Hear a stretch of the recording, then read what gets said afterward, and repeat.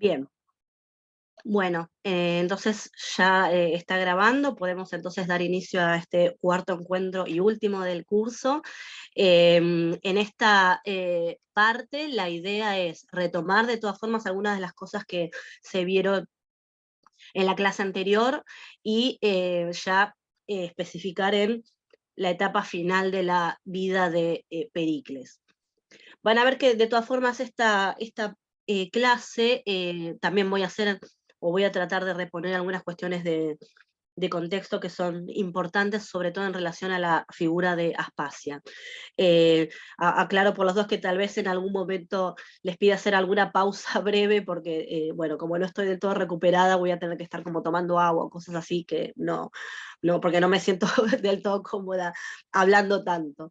Eh, bueno, espero que también les haya resultado de utilidad la clase que tuvieron con el profesor Requena, que me pareció que podía ser un buen complemento de lo que veníamos trabajando desde el punto de vista biográfico y puntualmente de las cosas que Plutarco iba diciendo y suponiendo de manera contextual. Bueno, si también tienen alguna pregunta sobre eso, la pueden hacer. Yo voy a tratar de todas formas de reponer algunas de las cosas que Mariano comentó de manera general, anclarlas en el texto. Más que nada porque justamente como la propuesta era la de ir y venir con del contexto a la biografía, quiero simplemente señalarles algunas de las cosas que ya se dijeron, pero atendiendo a más la cuestión discursiva.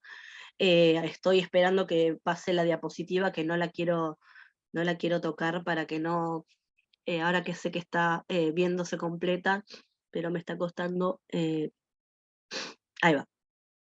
Bueno, esto estoy repasando un poco la vez pasada estas cuestiones que se vieron, el inicio de la carrera política de Pericles asociado con la tiranía y que de muy joven él tenía que dar cuenta del pueblo, o sea, muy joven él tenía que estar atento al hecho de que la población lo podía estar viendo con malos ojos y su miedo era el de la tiranía, que es algo que habíamos comentado en su momento. O sea, la figura del tirano como una figura perniciosa para la democracia y este límite entonces que se autoimpone el propio Pericles. Y hago un comentario acá que bueno, estas diapositivas yo se las había dado al profesor, pero bueno, no las quiso usar. En algún momento y soluciona, si tuviéramos las diapositivas de Nalía, él las tenía, se las podría haber pasado, pero no quiso.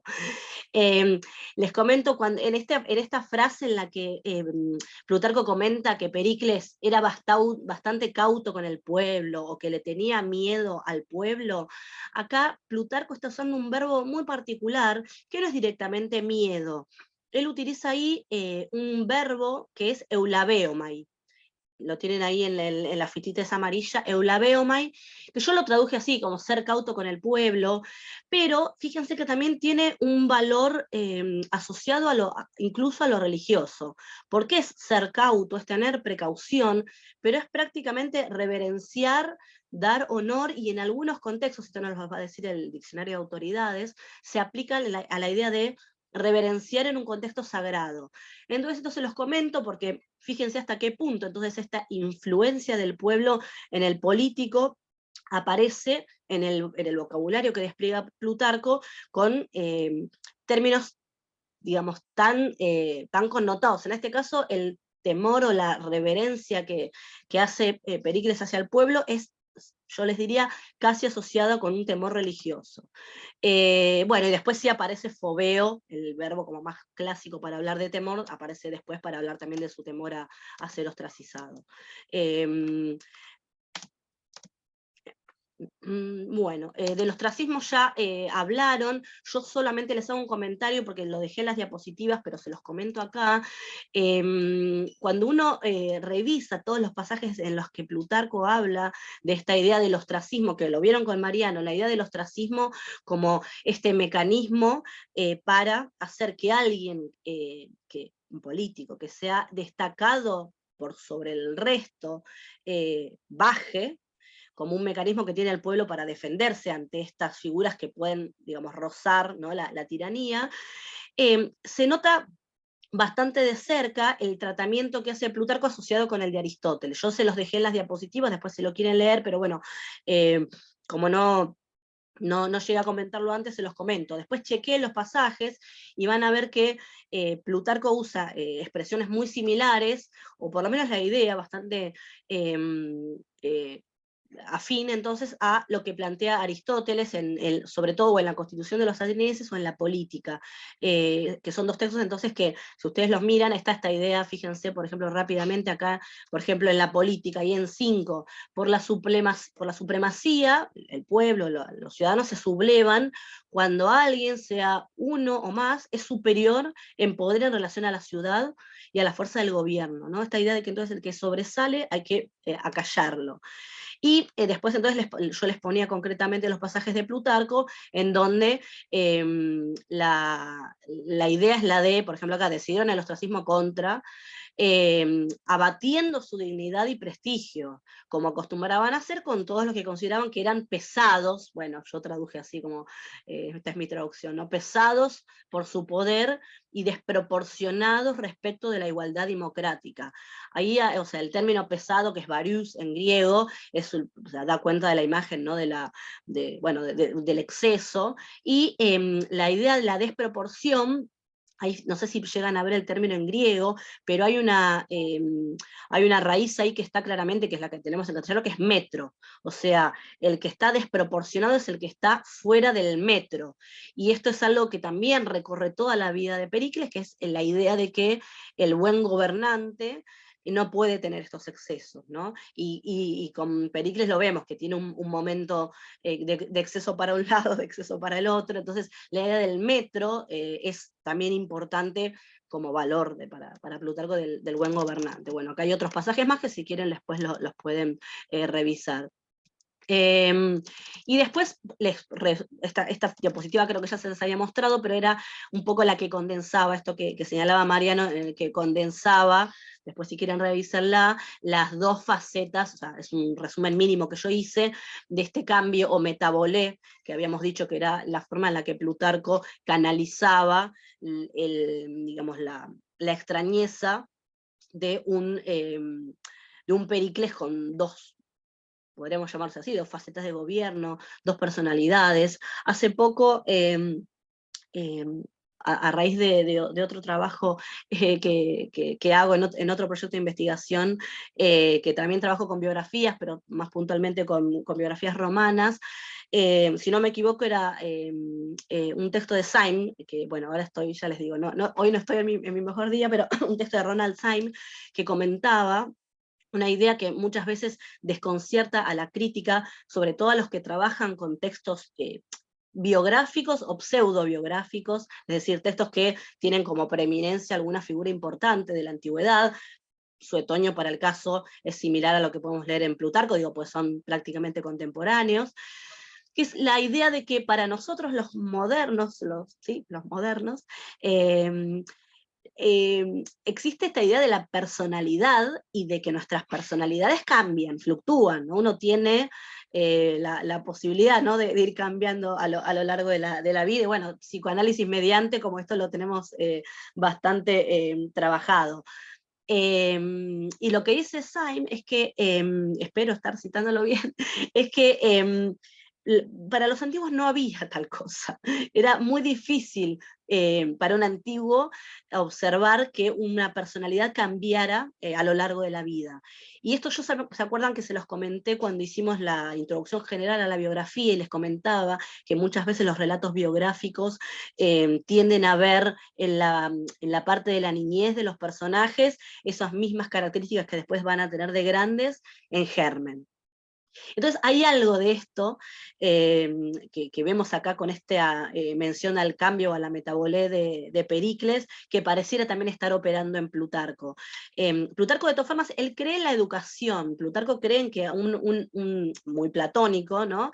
Esta idea de que la recta educación puede llevar a un espíritu díscolo a buen puerto. De todas formas, les comento esto porque hay una mirada que en general se ve de los antiguos, de que uno nace de un modo, tiene una physis, una naturaleza con la que nace, y es difícil ver que esa naturaleza vaya cambiando. Entonces, se los comento por si les sirve también para pensar, o sea, yo no es que, o sea, no tengo la respuesta porque es complejo, digamos, el tema de la personalidad y del análisis de la personalidad. Yo que trabajo biografía hace años, son cosas que todavía sigo indagando, pero puede haber algo también en este desconcierto de Plutarco de cómo conciliar. ¿Qué era Pericles? ¿Era un populista o era un tirano?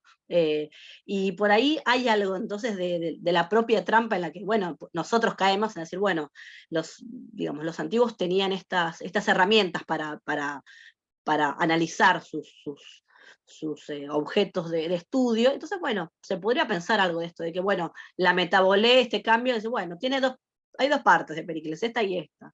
Se los comento por si les sirve. Entonces, y lo que les muestro acá, si les sirve, está el cuadrito de como más o menos un resumen de las medidas más populistas y las más oligárquicas, si se quiere. Bien, voy pasando algunas cosas porque ya las vimos. Bueno, acá está, si les sirve también el pasaje puntual donde habla de la metaboleo cambio.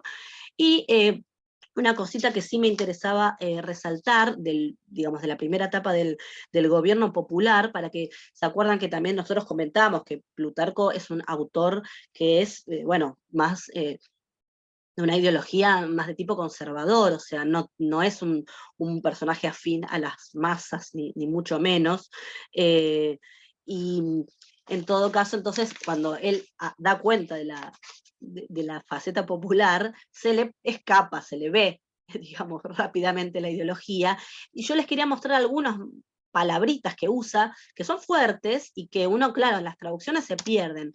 Cuando él comenta, por ejemplo, esto de que corrompió a la multitud con el dinero de los espectáculos, la paga de los juicios y otros salarios y ayudas. Todo esto ya lo vieron con Mariano, ¿no? Pero yo les muestro, por ejemplo, acá, cuando usa la palabra de corromper a la multitud, el verbo que usa es syndecatzo, y es el término, digamos, se usa puntualmente, esto lo señala el diccionario de autoridades, como directamente, o sea, no es corromper en un sentido eh, general, solamente. Es como, ay, no me sale en castellano, bribe, ¿cómo se traduce al castellano esto? Sobornar, ¿no? Pero sobornar con dinero, digamos, ¿no? Entonces, para que tengamos presente que cuando Plutarco habla de que Pericles corrompe a la multitud, lo que dice básicamente es que les está, digamos, los está sobornando en una, digamos, falta de comprensión política tremenda de parte de Plutarco, porque en principio, digamos, era parte de la estrategia política de Pericles, pero esto Plutarco lo ve como si fuera eso, un soborno al pueblo. O sea, si le pagás al ciudadano para que pueda ir a hacer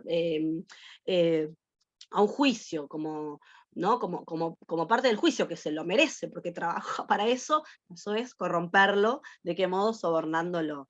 Y después, más abajo, les muestro, de nuevo, más que nada, como una muestra de lo les decía, del vocabulario tan rico que pueda aparecer, ¿no? Más adelante dice, entonces, por esta razón, cuando Pericles tuvo más poder entre el pueblo, acabó con la oposición del consejo, ¿se acuerdan que esto también lo vimos? Hasta el punto de quitarle la mayoría de los juicios por medio de fialtes. Y acá cuando dice lo de que tuvo más poder y acabó con la oposición del consejo, la idea que aparece sugerida en el verbo que Plutarco utiliza, que es este katastasiazo, no sé, para los historiadores, o sea, ¿no ven ahí en este katastasiazo un término clave de la democracia? No sé si alguien lo registra, o el diccionario nos va a decir que es, la definición es esta, pero ¿qué palabra ven ahí que encierra este verbo? No sé si lo reconocen. Yo mucho de griego no sé, pero puede ser la palabra estasis dentro Exacto, exacto, gracias del... Camilo. Sí, ahí Bueno, ahí aparece la palabra stasis. Entonces, la stasis, que es un término complejísimo, es esta especie, ¿no? De, bueno, en este caso habría que entenderlo como una especie de división. Y entonces fíjense cómo describe Plutarco la actitud, en este caso acuérdense, de la faceta popular de Pericles, de oponerse al consejo. Es una especie de estasis individual, o sea, no, y tengan presente que esto, digamos, es un término que está dentro de un verbo, ¿no? Pero y fíjense que de hecho el diccionario lo traduce como, o sea, ¿qué es este catastasiazo? Es como, bueno, eh, separarse, ¿no? Como incluso con la idea de formar un partido político aparte. Entonces, como para que prestemos atención a que las palabras que va a usar Plutarco no son inocentes. Entonces, cuando Pericles se opone al consejo, en una medida populista que evidentemente a Plutarco no le va a gustar, digamos, aparece un verbo asociado con esta idea de, bueno, como si Pericles se estuviera apartando del cuerpo cívico, ¿no? Que acuérdense que de todas formas las tasis siempre va a ser algo negativo, ¿no?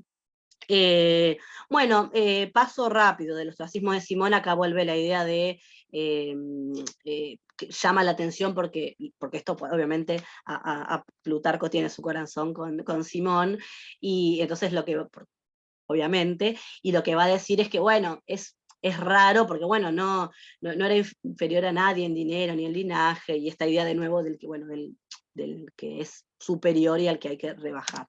Pero esto lo paso ahora rápido. Y después, bueno, está, ya lo vimos la semana pasada, el hecho de que cuando entonces Pericles llega a este nivel de poder, los aristócratas, fíjense lo que dice Plutarco, ¿no? Viendo que Pericles ya antes había devenido el más grande de los ciudadanos, megistos, es el término, bueno, supongo que está en acusativo ahí, megiston, ¿qué hacen entonces los aristócratas? Le ponen una figura para que le haga contrapeso. Y esto también es algo que se los menciono porque va a estar atravesando toda la biografía, que es la idea de que no puede haber alguien que esté por encima. Entonces la aristocracia dice, bueno, si Pericles lo tenemos acá arriba, vamos a tratar digamos, de inflar a la figura de Tucídides, una cosa muy, muy típica de la política, ¿no? Para ponerle frente a Tucídides, el dialópese, o sea, no el historiador, hombre sensato, pariente de Simón, manteniéndose vigilante en la ciudad y compitiendo con Pericles en la tribuna, enseguida equilibró la balanza política, es lo que tienen esas citas, ¿sí? La idea del equilibrio. Esto es algo que, de nuevo, muy preciado para Plutarco. Y después también, yo les compartí el artículo que escribimos con Mariano, y donde yo ahí también analizo varias de estas imágenes, pero entonces con esta idea del gobierno popular, está la idea, por ejemplo, que aparece en negrita, ¿no? Pericles aflojó las riendas del pueblo, practicaba, digamos, y el término en griego es eso, ¿no? Es aneis, que es aflojar, y el sustantivo estas genías, que son efectivamente, ¿no? Las riendas, ¿no? Después ustedes pueden, si quieren, rastrear estas imágenes, que son imágenes muy, muy típicas de la literatura griega, pero las van a poder rastrear, por ejemplo, la imagen del conductor de caballos la pueden rastrear en Platón, también va a aparecer Pericles asociado con el conductor de la nave, eso también va a estar en Platón, la famosa metáfora de la nave. Si les interesa, tengo linda bibliografía sobre este tema. Es difícil rastrear cuál es el origen de la metáfora de la nave, algunos lo remontan a Arquíloco, ¿no? Lírico del siglo VII, pero bueno, en Platón la tenemos muy, muy explotada, por ejemplo, ¿no? Pero siempre es la idea de que hay el que conduce. Después, bueno, están los remeros, los otros que están ahí, pero el importante siempre es el que conduce, ¿no? Y señalo también lo despectivo, y esto no podemos pasarlo por alto, lo despectivo que es Plutarco. Yo acá esta traducción creo que la dejé de cómo estaba la traducción de Gredos, porque fui mechando como ustedes tenían la traducción de Gredos, en algunos casos directamente usé esa, en otros usé la mía. No, yo como no soy traductora, mis traducciones no son tan buenas, a veces me gusta usar una traducción para que ustedes por ahí les resulte más llevadera. Creo que el segundo párrafo es de la traducción de Gredos, que utiliza lo que tiene en negrita, cuál es la idea de Pericles, la de aliviar a la ciudad de la chusma ociosa y entrometida, ¿no? ahí el término para chusma es ojlos. A ver, estoy viendo algo en el chat, un segundo. Bueno, sí. La bibliografía, ojalá pueda pasar la bibliografía. Sí, sí, se las paso, la de las metáforas de gobierno e imágenes de gobierno, sí, sí, sí. El término les decía, ya que estaba, se los iba a escribir, ojlos, se los translitero, es el término que se usa para hablar de la masa, de la chusma. Es despectivo, ojlos es, vieron que me puse ahí aparezco en el chat y me puse la carita de Pericles. Ógelos es siempre como una cosa, y esto se rastrea en los usos, ¿no? Como es siempre como una cosa medio mezclada, medio amorfa. Horrible, a Plutarco le parece horrible. Bueno, y ya quiero, o sea, yo porque había dejado algunas diapositivas para que vieran algunas de las construcciones, esperen que ahora me pasa, vieron que por supuesto, o sea, esta parte de las construcciones, que es parte de la faceta populista, es la única clara a la que Plutarco dice, esto es indiscutible, lo dice abiertamente, o sea, de todas las cosas que le podemos, que uno sabe que hizo Pericles, ¿verdad? Bueno, o sea, él no puede no comentarlas, ¿no? Es evidente que Plutarco, de muchas de estas ya sabemos lo que piensa, porque no es afín a esa política, pero de las construcciones es de lo único que dice, esto es indiscutible, es de lo único que dice que es indiscutible, y de hecho lo va a defender a Pericles cuando sea atacado, por ejemplo, a través de, se supone que, bueno, lo quieren atacar a Pericles, entonces digamos, sus detractores lo van a terminar de, de, van a tratar de concretar esas acciones en su contra a partir de la figura de Fidias, por ejemplo, quien hizo todas estas construcciones, y Plutarco lo defiende a muerte acá. Y habría que pensar, porque ustedes recuerdan que nosotros en la primera clase hablamos del contexto de Plutarco, digamos, ¿qué le pasa a Plutarco con estas construcciones? Y lo vimos en la Syncrisis, en la comparatio con Fabio Máximo. ¿Se acuerdan que decía Plutarco de las construcciones respecto de, yo les paso acá, aprovecho y les paso algunas imágenes, esto es en lo que se supone que es el taller de Fidias en Olimpia, que ven que de nuevo hay un Fidias, que es el que supervisaba todo, y después, aunque tuviera grandes arquitectos y artesanos, pero bueno, había un Fidias. Entonces, bueno, retomo, ¿se acuerdan que cuando hacíamos la comparación de Fabio Máximo, qué decía Plutarco de las construcciones de época de Pericles?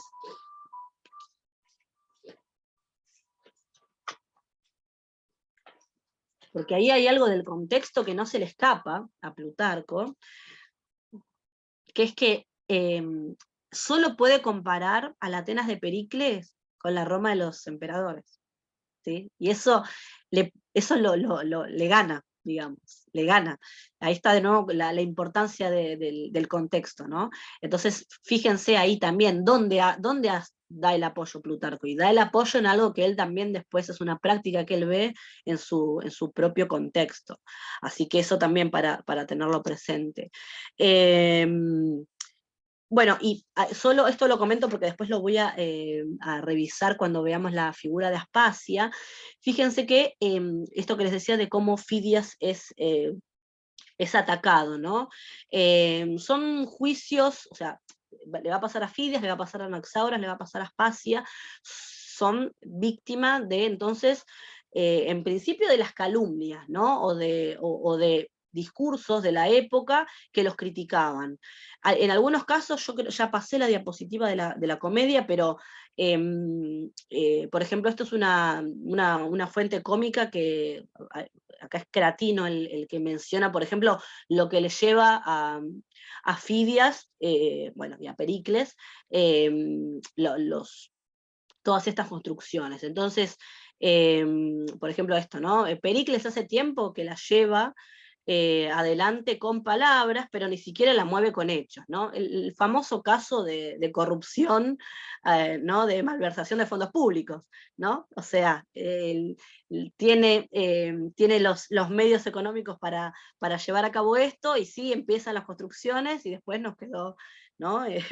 La obra por la mitad. Entonces, esto era primero lo que se decía, ¿no? Uy, cómo se retrasa. Y Plutarco lo defiende, no sé si se acuerdan, hay una parte en la que dice, no, bueno, habría que consultar a los que saben, pero siempre para una obra de arte es mejor que, yo prefiero que dure mucho y que esté bien hecha. Entonces lo defiende, pero a morir acá, ¿no? Y esta frase es tremenda, la que está al final. Yo no la puse en negrita porque me olvidé, pero la frase que está al final, que está entre comillas, que es una cita cómica de Cratino, es tremenda, porque dice, este Zeus cabeza de cebolla, que a esta altura sabemos que es nuestro querido Pericles, se acerca con el Odeón, ¿no? El edificio que está proyectando, que es que está destinado para las festividades musicales, que se acuerdan que dijimos que tal vez su amistad con Damón, no se acuerdan que decíamos, no sabíamos si Damón fue su maestro puntualmente o tuvo influencia hacia él, pero bueno, suponemos que Damón, en tanto maestro de música, lo hubiera incentivado a construir este Odeón. Dice entonces que Pericles se acerca con el Odeón sobre el cráneo después que pasó el peligro del ostracismo. ¿Qué me interesa acá? El Odeón sobre el cráneo, ustedes imagínense eso, es el edificio entero, que lo que dicen es, o sea, ya obviamente el chiste de Pericles con la cabeza grande ya nos lo conocemos, ¿no? Pero ahora lleva el Odeón sobre la cabeza. Y acá, yo por qué les digo que esta es una imagen fuerte, porque en la época había una asociación entre la imagen del rey persa, que tiene la mitra, el rey persa con la mitra, y entonces, en la medida en la que uno puede hacer la asociación, claramente es la mitra persa, ¿qué se supone que tiene en la cabeza? ¿A qué mula se supone ese, ese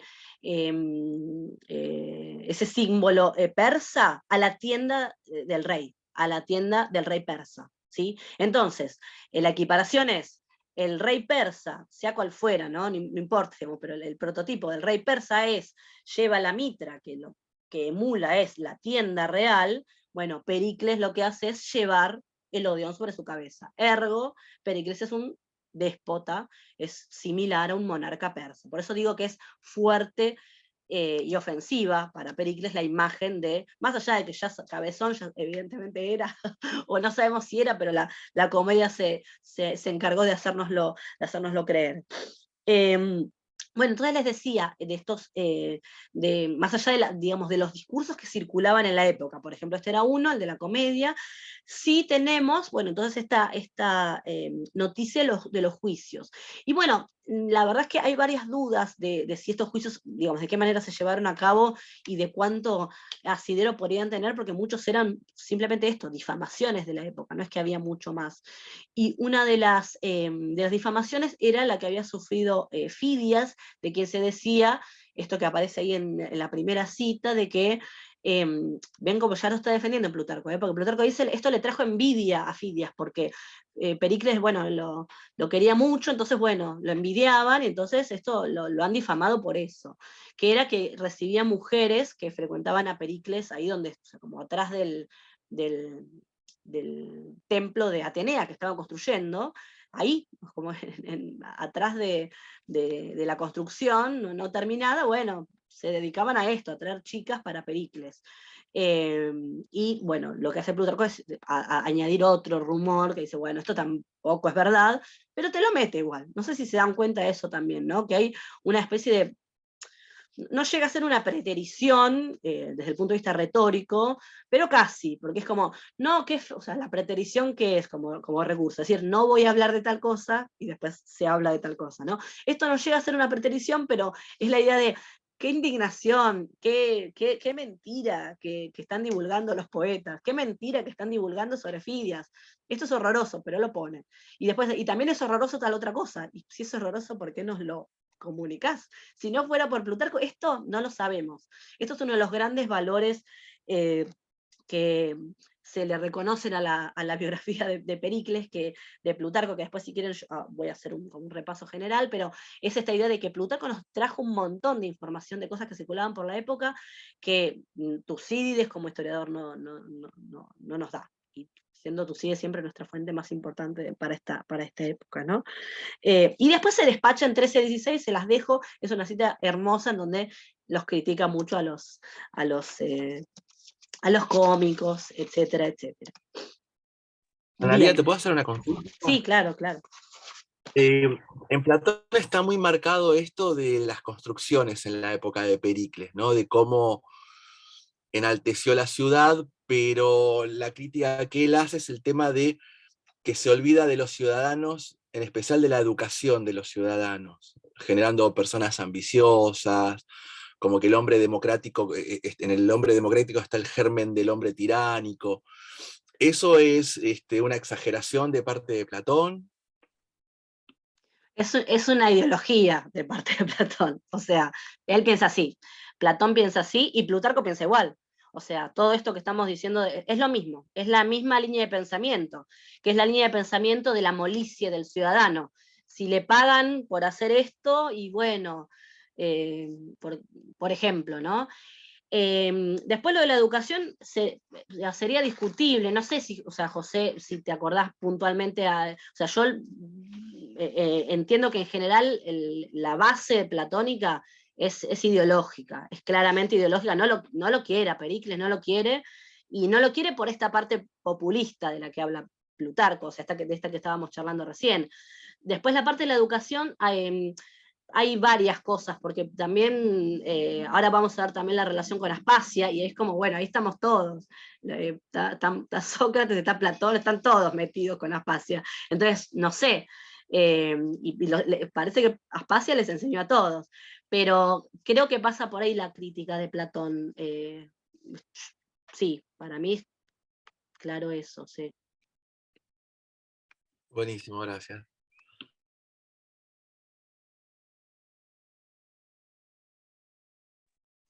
Bueno, y acá ya empieza la parte del poder absoluto, en donde, bueno, a Tucídides dice en 14.3 lo expulsa, ¿no? Es lo primero en el 4.43, expulsa a Tucídides, y acá está de nuevo, yo les pongo en griego los términos, pero quedó completamente borrada la divergencia y la ciudad se volvió homogénea.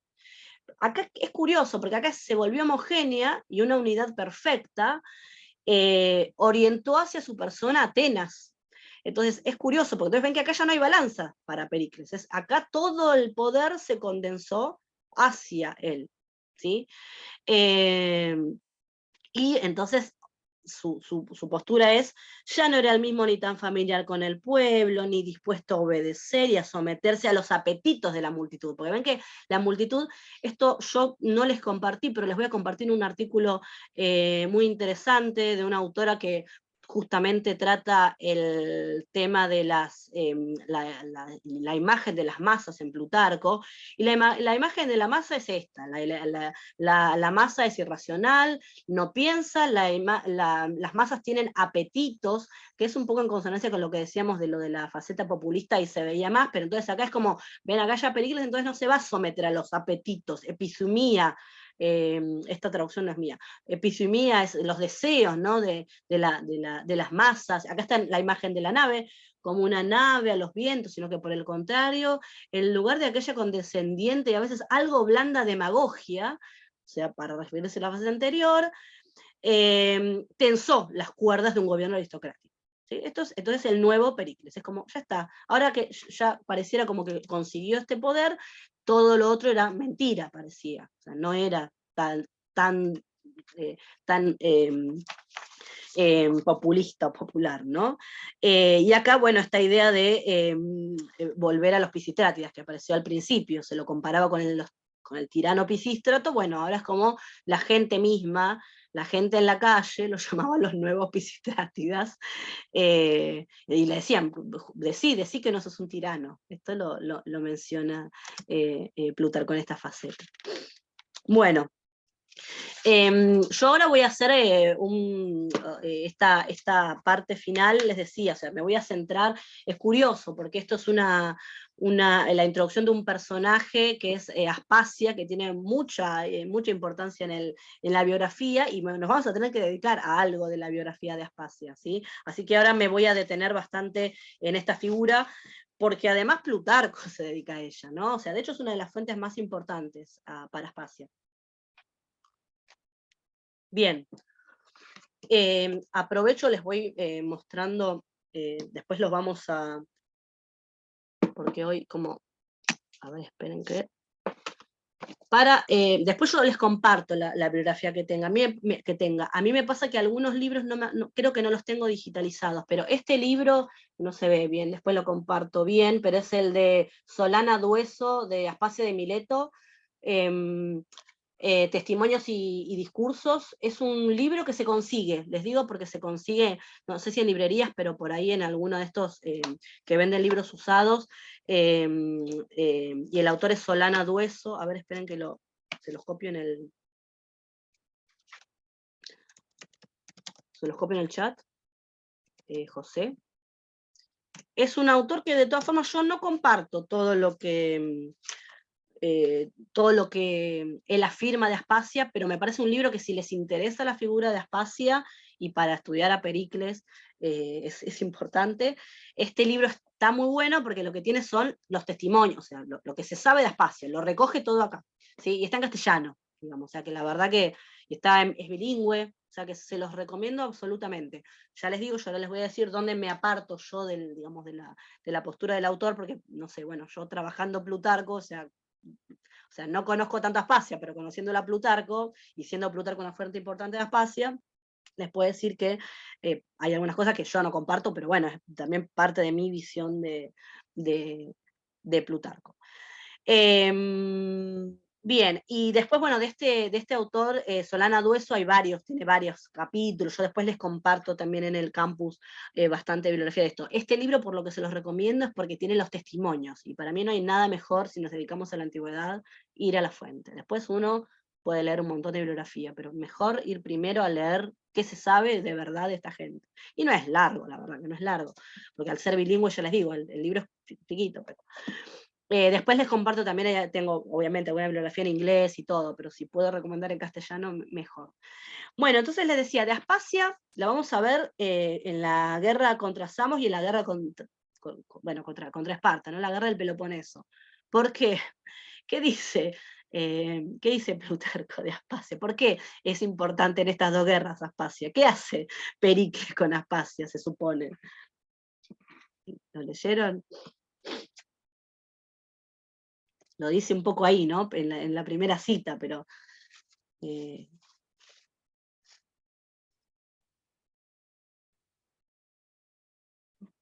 es una cosa típica que se le endilga a las mujeres en la antigüedad, la causa de la guerra. En este caso lo que va a decir entonces Plutarco es que, bueno, era como, para el caso de la guerra contra Samos, es bueno, le dio el gusto a Aspasia, ¿no? O sea, entonces, leo rápidamente. Parece que hizo estas cosas contra Samos, la guerra contra Samos, dándole el gusto a Aspasia. En este punto sería oportuno discurrir acerca de esta mujer, con qué arte o poder tan grande sometió a los más importantes políticos y dio a los filósofos materia de no pocos ni malos comentarios. Discursos, perdón. Bueno, y entonces nos empieza a contar, ¿no? De Aspasia, que era originaria de Mileto, que era hija de un tal Axíoco, y que imitaba a una tal Targelia. ¿Quién era Targelia? Bueno, nos lo dice a continuación, que era una mujer muy hermosa, de mucha gracia y habilidad, y estuvo con muchos hombres griegos y también, bueno, con el rey de Persia, y bueno, que obviamente tenía relaciones sexuales con todos ellos, y sembró en las ciudades los orígenes del medismo, y a través de ellos, que eran los más poderosos a través de los más poderosos y los más importantes. Entonces, Aspasia primero, veamos una cosa tópica, que es el hecho de que entonces es el tópico de la mujer como causa de guerra, ¿no? O sea, en la literatura griega, de Helena en adelante, ¿no? Ya lo tenemos bastante conocido, ¿verdad? De nuevo, es un tópico, habría que ver qué pasa con esto, si de nuevo forma parte de estos discursos contrarios a Pericles y por ende cómo no iban a estar en contra de Aspasia además, si ya lo estaban en contra de Fidias, por ejemplo, para el caso de Aspasia, que además era mujer y extranjera, bueno, las tenía todas, así que circulaban estos discursos contrarios a ella, pero habría que ver también hasta qué punto entonces es todo esto de bueno, fue ella la que lo instigó a tener la guerra contra Samos, es parte entonces de un tópico. Después, la otra cuestión es la extranjería. Esto también es algo que vamos ahora a comentar, y además el hecho de que la compara con otra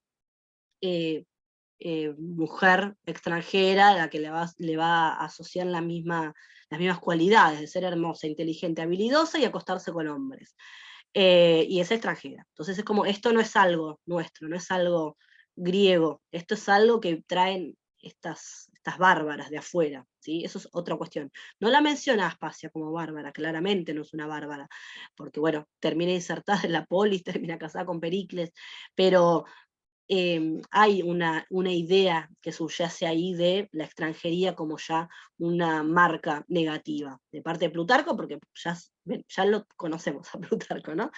Eh, y después, bueno, esto que les decía, o sea, la información que nos provee Plutarco, un poco lo que les decía de este autor Solana Dueso, él lo que dice, resuelve muy rápido, él se despacha muy rápido diciendo, Plutarco es un autor que analiza mucho sus fuentes, que ha buscado sus fuentes, y que se muestra preocupado por la historia, ergo tiene que ser verdad todo lo que dice acá. Entonces yo eso es, digamos, donde me hace como, me extraña y con eso no coincido. Yo creo que Plutarco muchas veces es engañado incluso engañado hasta por sus fuentes, y muchas veces lo que hace es, justamente, donde la historia tiene un atractivo, donde, fíjense, esto es muy jugoso, por cierto, ¿no? Entonces, donde hay cosas atractivas de contar, y a veces Plutarco hace la vista gorda, si esto me lo dijo una fuente confiable o no, y lo pone. Un poco ya lo vimos recién, con los cómicos le pasa lo mismo. Entonces, ya les digo, o sea, yo lo que desconfío es de que todo esto que estoy diciendo acá Plutarco sea efectivamente verídico, y ya les digo, la postura que tiene este autor, de quien les compartía recién el libro es esta. Él dice, no, bueno, Plutarco es muy, muy consciente de las fuentes con las que trabaja, es muy buen historiador, y yo eso es lo que dudo. Entonces yo pondría todo lo que dice acá entre comillas, y a lo sumo sí, bueno, lo podemos ir cotejando con otras fuentes de la antigüedad, entonces eso sí puede suceder, pero después no le creamos tanto, ¿sí? Hay mucho de tópico en todo esto que vemos de Aspasia. Entonces, acá también hay algo, más adelante sigue hablando de Aspasia, porque la tenemos en dos momentos de la biografía. Yo ahora lo estoy condensando para poder hablar de Aspasia, ¿no? Dice que Aspasia era cortejada por Pericles en su calidad de sabia y política, pues también Sócrates a veces la frecuentaba con sus conocidos y sus familiares, y sus familiares llevaban a ella, a sus mujeres, para que la escucharan, aunque no estaba al frente de una actividad decente ni honrada, sino que instruía a jovencitas como prostitutas. Este es el gran tema de discusión respecto de la figura de Aspasia. Solana Dueso lo que va a decir es que cuando Plutarco refiere esto de que bueno, Sócrates la frecuentaba, así como otros hombres importantes, usa el tiempo histórico, usa un pasado. Entonces, lo que pareciera estar diciendo Plutarco acá, es que esa actividad ya no la ejerce más Aspasia, que en otro momento fue frecuentada por Sócrates y por estos hombres y por sus mujeres, y que ahora en su relación con Pericles es otra, es solo como una nueva Aspasia, digamos. Y fíjense que acá lo que se observa claramente es una dicotomía, porque no se puede cindir entre, o sea, lo que veníamos diciendo antes de que Aspasia es igual a Targelia era más o menos una puta, porque se acostaba con todos los hombres, con el rey de Persia, entonces venía después a Atenas, era malísima, porque entonces era eso, o sea, se acostaba con el rey de Persia, se acostaba con los griegos, los convencía entonces de seguir a los persas, porque la acusada de medismo quería decir eso, y después, y entonces Aspasia era igual a esta, ¿no? Unas putas que andaban de acá para allá con hombres, y siendo insidiosas, porque se metían en temas políticos desde la insidia, desde acostarse con estos hombres. Y acá no se puede hablar de Aspasia bien, porque pareciera que no se puede hablar de Aspasia bien, porque ni bien se comenta que era frecuentada por Sócrates, que bueno, si si Plutarco nos pone acá a Sócrates, no les quepa duda que Platón y Sócrates son dos figuras importantes para Plutarco. Entonces, no puede hablar bien 2 segundos de Aspasia, porque entonces era, bueno, sí, iban muchos hombres, o sea, Sócrates se juntaba con ella, otros hombres importantes también, pero bueno, lo que parece que hacía era, cuando estos hombres llevaban a estas mujeres, era, o sea, tenía una casa que instruía prostitutas. Así que ahí está donde digo la dicotomía. Sí, se consigue, José, sí, sí, sí, sí. Yo creo que yo creo que lo tengo, así que se los voy a pasar. Y los discursos están, se los voy a pasar porque están acá también. O sea, yo este libro no me acuerdo si lo tengo, pero algo tengo, yo después les paso. Ya les digo, esta semana no revisé mis archivos, los tengo en algún lado, pero después los paso, sí, sí. No sé. Entonces, yo digo esta dicotomía, porque pareciera que Aspasia no se puede dedicar a nada lícito, no puede. Ya, es como que antes ya nos la introdujo de este modo, entonces ahora no, digamos, está en duda que instruyera bien a las jóvenes, ¿no? Y después, fíjense que en 24:7 aparece Platón, ¿no? Entonces dice, en el Menexeno, Platón, bueno, de Platón, aunque al principio está escrito en broma, hay bastante información que la mujer tenía fama de reunirse con muchos atenienses por ser versada en retórica. Parece, sin embargo, que la relación de Pericles con Aspasia fue más bien erótica. Entonces está todo el tiempo jugando, ¿qué pasa? O sea, este Menexeno, en donde aparece Aspasia siendo maestra de oratoria, de Pericles, de quien o sea, aparece un discurso de Pericles que se supone que se lo enseñó a Aspasia, y entonces Plutarco duda del Menexeno, porque dice, bueno, este diálogo de todas formas parece como en una parte como si medio en broma, entonces al propio Platón nos está poniendo Plutarco en duda. Entonces yo lo que voy es a que yo creo que acá hay algo de no poder lidiar con esta figura, no poder lidiar con esta figura.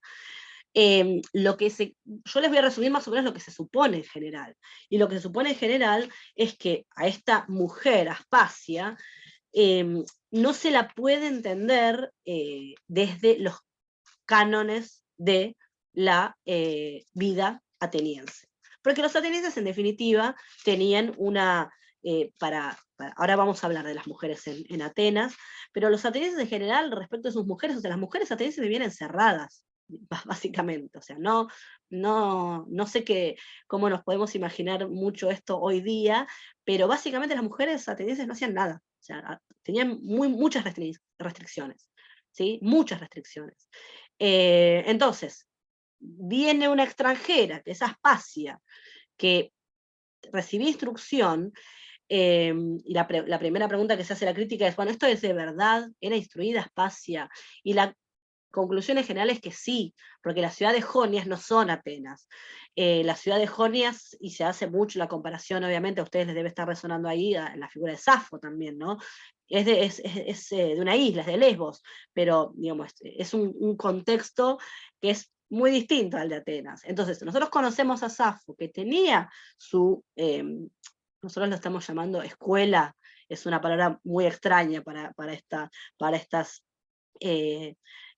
estos encuentros o para esta instrucción que llevaban adelante estas mujeres. Pero bueno, tenían mujeres a las que instruían. ¿En qué instruían? Probablemente en todo esto que venimos sugiriendo de Aspasia, en retórica, en oratoria, en filosofía. Muy probablemente esto era el mismo caso o sea, de Safo lo sabemos, es poesía, pero para el caso es lo mismo. Entonces, si nosotros tenemos testimonios no atenienses de mujeres que instruían mujeres, no en ser prostitutas, sino en ramas de la ciencia y del conocimiento, lo que pasa acá con las fuentes antiguas es que son las propias fuentes antiguas, son los propios cómicos, son los propios contemporáneos de estas figuras las que no terminan de entenderlos porque no se avienen a sus propias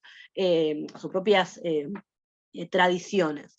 Y la otra cosa, o sea, más allá de la instrucción, que es por ahí como lo que más llama la atención, o sea, estas mujeres entonces que reciben instrucción de Aspasia en este caso, pero para el caso de Safo podemos decir lo mismo, es el hecho de que ser tildadas de prostitutas. Y en general acá, bueno, la bibliografía las va a describir como heteras, ¿no? A estas mujeres. Existen términos en griego, yo ahora no me voy a meter en esto, pero existen diferentes términos en griego para referir a distintos tipos de prostitutas, de mujeres, etc. Las heteras, en principio, no son prostitutas. Aspasia probablemente sea una hetera, en griego es hetairia, o sea, digo, no, es un calco, en castellano es la misma palabra, ¿no? Hetera lo podemos usar igual, es similar al griego. Entonces, ¿qué pasa con estas entonces heteras? ¿Qué son las heteras? En principio son mujeres libres, que lo que no son esposas, no están metidas adentro del oikos como en general es la práctica de estas mujeres en Atenas clásica, ¿no? Entonces, esa es la diferencia. Una hetera es una mujer libre, que se acuesta con quien quiere eventualmente, que viaja, va, viene, que se instruye, que acompaña a los hombres, pero los acompaña en una relación mucho más salvando las distancias, o sea, pero de igualdad, o sea, no son iguales a los hombres, por supuesto, pero prácticamente, ¿sí? Entonces, la hetera es algo así como una compañera de estos hombres con quienes probablemente se acostaran, pero la hetera no es una prostituta. Probablemente alguna hetera haya sido prostituta, sí, pero porque es libre, porque eventualmente hace lo que hace, y si le dan dinero lo recibiría, no sé, eso no pasa por ahí. Pero las heteras, y entonces probablemente a Aspasia lo tendremos que definir de este modo, son estas mujeres libres. Y entonces vuelvo. Después se la va a llamar prostituta, en los textos aparece como es descripta, y sí, son todas estas unas putas, claramente, pero a los ojos del ateniense, no porque sea efectivamente esto lo que estas mujeres fueran. Yo, perdón, no se usa la palabra puta a propósito, porque digamos, los textos en griego son así de explícitos, o sea, a veces uno dice prostituta y queda como, no, o sea, aparecen descritas como putas directamente, ¿no? Entonces, aclaro esto, que no sería otra cosa más que una mala lectura de los propios antiguos, ¿sí? Y obviamente Plutarco, que debe estar sonrojado cada vez que escribe esto, porque él es muy moral, bueno, escribe lo que puede de este modo, y esto es lo que nos queda, digamos. A ver, voy a pasar la diapositiva, si alguien tiene alguna pregunta, igual ahora sigo hablando porque voy a reponer algunas cosas de las mujeres, ahora paso la diapositiva. Bueno, les quería comentar para que vieran, por ejemplo, hasta qué punto este grado de pacatería que muestra Plutarco, lo que tienen ahí en 24.8 es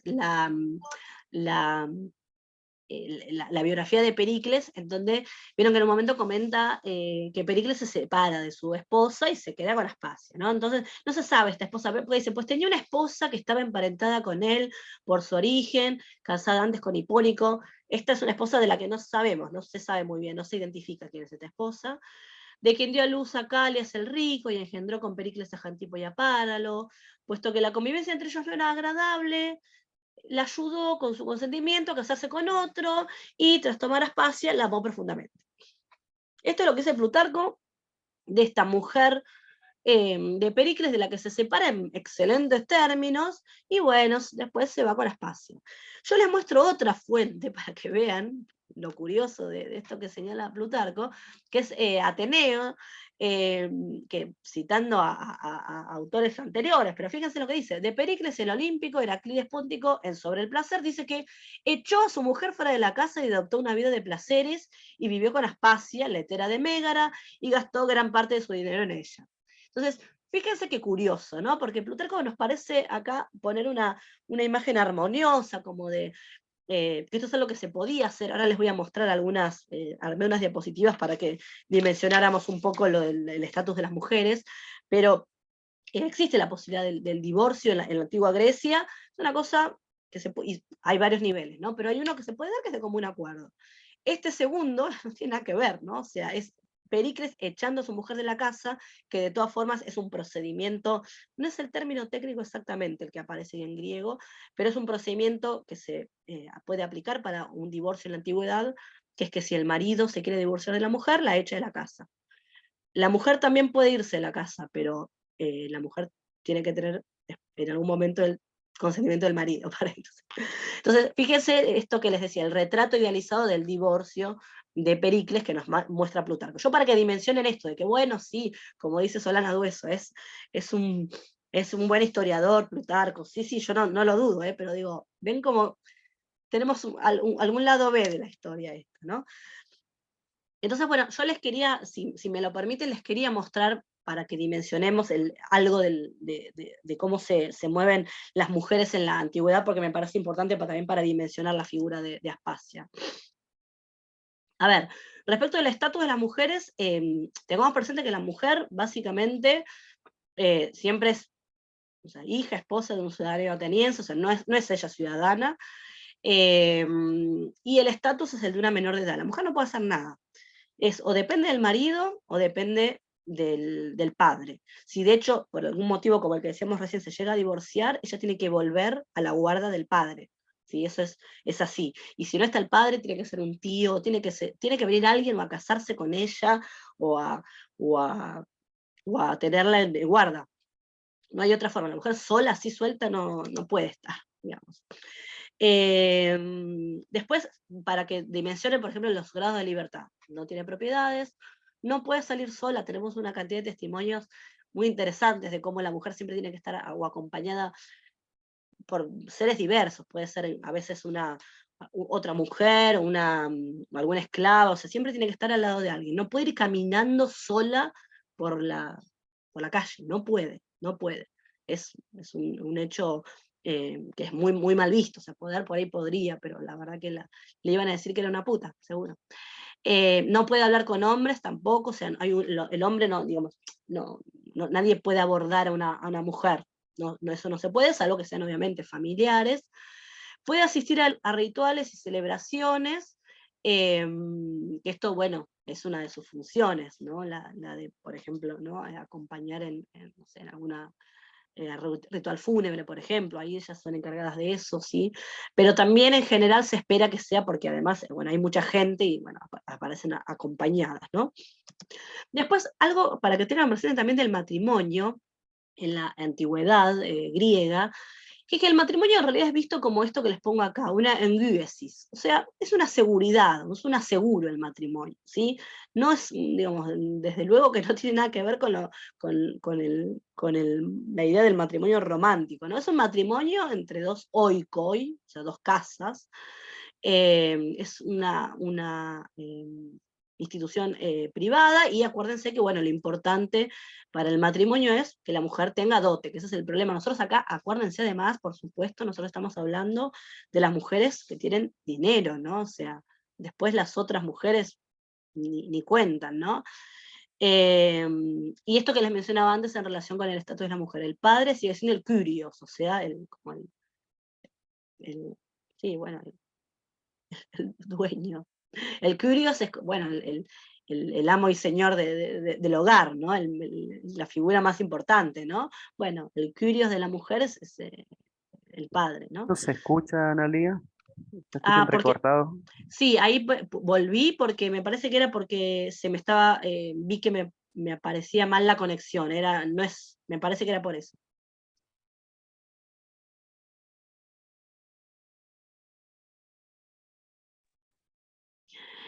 Bueno, y les decía, espero que ahora se escuche, que vieron que antes hablamos de esto bueno, ahora vamos a hablar del divorcio, que hice una plaquita para eso, pero digamos, el matrimonio es monógamo, por supuesto que el hombre después puede tener amantes, etcétera, eso está obviamente descartado, la que no puede tener amantes obviamente es la mujer, y requiere la cohabitación, por eso es importante como para la figura del divorcio, el hecho de que alguno de los dos se tenga que ir de la casa, como gesto, es el gesto, para el caso de Roma es igual, ¿no? O sea, la de irse afuera de la casa como uno de los procedimientos para que se produzca el divorcio. Bien, y después, respecto del adulterio, ahí les pongo el término en griego, es moigeia. Estamos hablando del adulterio, quién es adúltera, la mujer, o sea, digo, el caso de adulterio es, la mujer es encontrada en adulterio con otro hombre, el otro hombre es adúltero y la mujer es adúltera, así es como funciona, ¿no? O sea, no cuenta como adulterio que el hombre tenga amantes, sea claro, o sea, el adulterio es si una mujer aparece relacionada con algún otro hombre, entonces ellos dos son adúlteros, pero la mujer es como, no importa, al que hay que castigar es al varón encontrado como adúltero. En general, digamos, hay dos etapas de la ley, pero en principio el marido, si los encuentra en flagrante delito, tiene derecho a matarlo. No sé si conocen, hay un texto muy iluminador respecto de esto, que es un texto de Lisias, del orador Lisias, lo escribo en el chat, sobre la muerte de Eratóstenes, que es justamente, si les interesa este tema, no tiene desperdicio, porque es justamente un caso de adulterio, en el que el problema es que es un hombre que primero se entera de que su mujer le es infiel. Y entonces el discurso es fabuloso porque está construido para tratar de probar que en un principio este hombre, que digamos, que es como al que se le ha injuriado en su honor, porque su mujer ha cometido adulterio con otro hombre, lo ha matado finalmente, ¿no? Al adúltero. Pero él tiene que probar que ese asesinato lo llevó a cabo en algo así como en emoción violenta. Porque si él ya es como que venía a buscar, que eso es en realidad lo que parece es eso, pero bueno, si él ya tenía indicios de que la mujer le estaba haciendo infiel y prepara el asesinato, eso no vale, eso no vale. Sucede si él se los encuentra, que después se los va a terminar encontrando en la cama, por emoción violenta, no ese es el término, por supuesto, en griego, ahí sí se puede, digamos. Y entonces el discurso es muy bueno porque él dice, no, mi mujer de repente salía mucho a la noche, yo escuchaba que la puerta, y él se tiene que hacer el tonto, porque él se tiene que hacer el tonto, no, y una vez una mujer se me acercó y me dijo, vos lo conocés a fulano, que estaba la otra vez me pareció, no, la verdad que yo no sabía nada. El discurso está construido de ese modo, porque si él dice que a él sospechaba de algo, es como si hubiera sido premeditado y eso es lo que la ley no permitía. Igual justo hay un cambio en la ley respecto de eso y bueno, hay algunas dudas, pero bueno, eso es interesante de este tema, para este tema. Y bueno, esto de que la mujer obviamente puede ser echada de la casa y la infidelidad del marido podía ser permitida. Voy a pasar la diapositiva y les comento lo del divorcio. Entonces, ¿cómo es el divorcio? Hay dos tipos de divorcio, de parte de la mujer y de parte del hombre, ¿sí? El que, yo les pongo el término transliterado para no aburrirlos. El que es de parte de la mujer se llama apoleipsis. Ahí está, para quien no sepa griego, el verbo en griego es leipo, lo pongo sin acento ahora para ser rápido. Leipo es abandonar.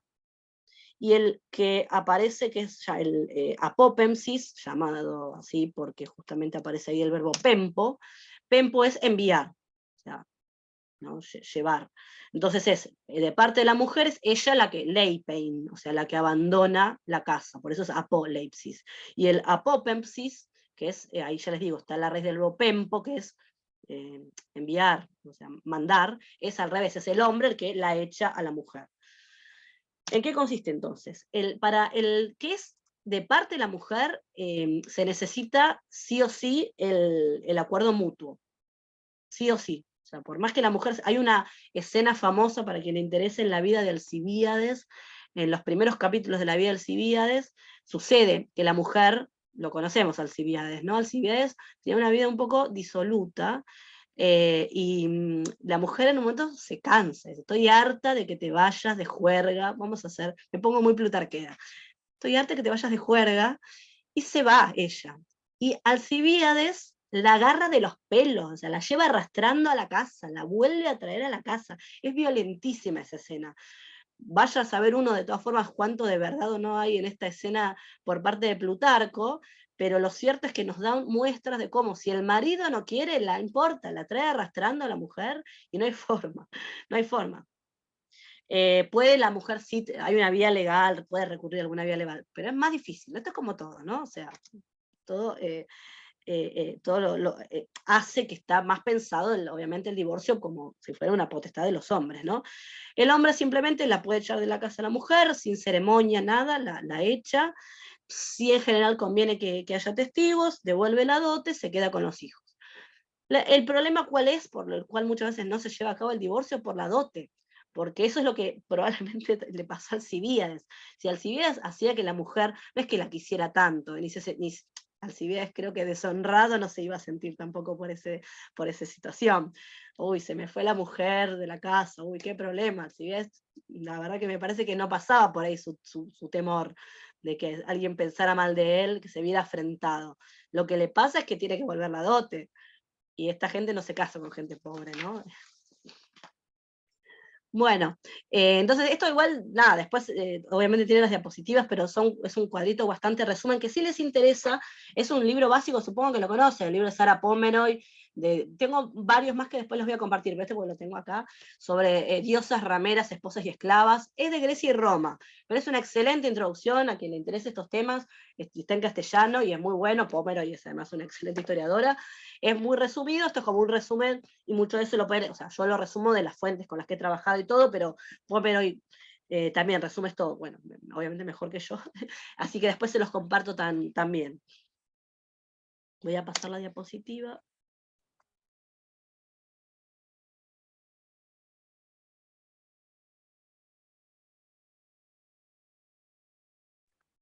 Discúlpame, Analía, te hago una pregunta. Sí, claro. Adulterio es el mismo término que se utilizaba para el vino y el oro, ¿no? ¿Cómo? A ver, no. No. Sí, A ver. no, A ver, no. sí, no, yo tenía entendido que más que nada en el cristianismo utilizan una palabra justamente para la cuestión del adulterio, que esa palabra la utilizaban solamente para... Eso, claro, eso posteriormente puede ser. Ahora que me lo decís, me suena, pero no, a mí hay como cristianismo en adelante, no me pides. No, sí. Pero Por eso puede ser. quería saber si... Mira, te lo voy a buscar, ahora me haces eso, porque yo les confieso un poco, nada, última clase, yo trabajé estos temas hace muchos años, los trabajé más en relación con Roma, pero me voy a fijar ahora que me decís, no sé si alguien en la sala sabe, pero me suena lo que me decís, no, o sea, ahora lo que no puedo precisarte es si, voy a agarré rápido un diccionario, porque ya que estoy, hoy que tengo me cambié de orientación y me puse la biblioteca más cerca. Como no me siento bien, dije, bueno, aprovecho y... sí, no sé, yo acá, bueno, agarré un diccionario chiquito y en general aparece, el verbo es moigeuo, cometer adulterio, no encuentro ahora, pero lo voy a, moigeuo, bueno, hay varios en realidad, pero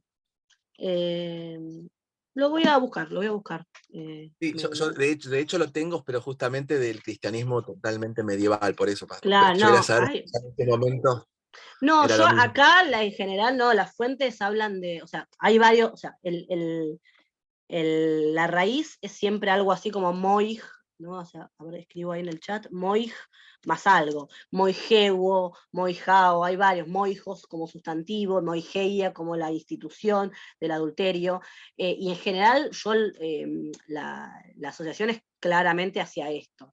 Pero lo voy a revisar y se los mando, porque a mí me interesa también chequearlo a ver si también encuentro algún otro sentido. Sí. Bueno, y volviendo a Plutarco, les quería mostrar también, fíjense acá la descripción de Aspasia que nos muestra de nuevo las fuentes cómicas, ¿no? Según dicen, al salir y al entrar al ágora cada día, la saludaba con un beso. Esto es un horror, lo de que la salude con un beso, Pericles, es un horror. Tenemos varios testimonios de Plutarco también y de otros. Plutarco tiene, ¿se acuerdan que habíamos dicho? Tiene las vidas paralelas, pero también tiene Moralia, que es escritos varios, ¿no? Y tiene escritos sobre el amor, sobre la vida conyugal, y una de las cosas que Plutarco dice es que, bueno, las muestras de cariño tienen que ser en todo caso en privado, pero de ningún modo esto le debe parecer a Plutarco un horror, y después hay toda una tendencia también a que estos, ya en la antigüedad, ya saliendo de Plutarco, de que estas muestras de afecto de este modo no son propias, no son propias.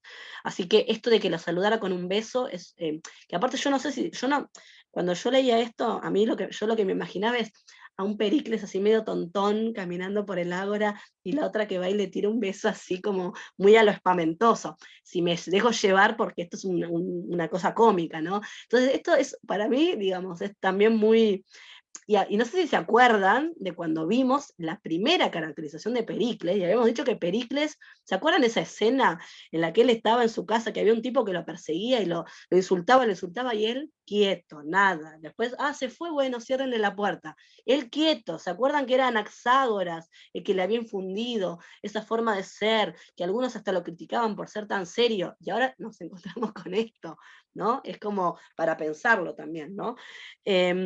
Y después están estas comparaciones a estos tres personajes que son Ónfale, Deyanira, bueno, vuelve a aparecer la idea de la prostituta, y Hera, que están acá estas chicas, ¿no? Ónfale, Deyanira y Hera. A ver, acá les pido a ver un poco de colaboración.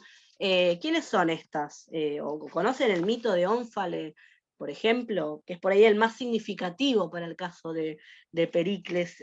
O sea, Ónfale, Deyanira y Hera son espacias, pero después lo interesante, por lo menos a mí, lo que me interesa es ver quién es Pericles acá, ¿no? ¿Conocen el mito de Ónfale con Heracles?